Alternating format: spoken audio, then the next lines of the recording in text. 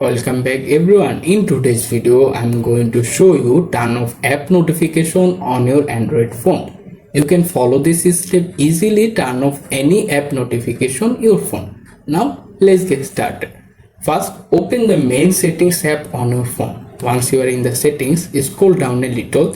Here you can find the notification option, tap to open it. After this page, look at the top menu bar, find the app notification option, click on it and wait to completely open the page. Here you can see the all of app listed there.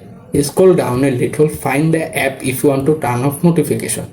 For example, I am turn off Google News notification. Simply open it, then hit the allow notification button to turn it off. And that's it, how you can easily turn off app notification on your Android phone.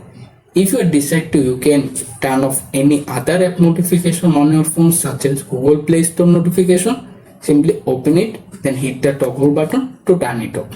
And that's it, how you can easily turn off app notification your device. Thanks for watching. Bye, take care.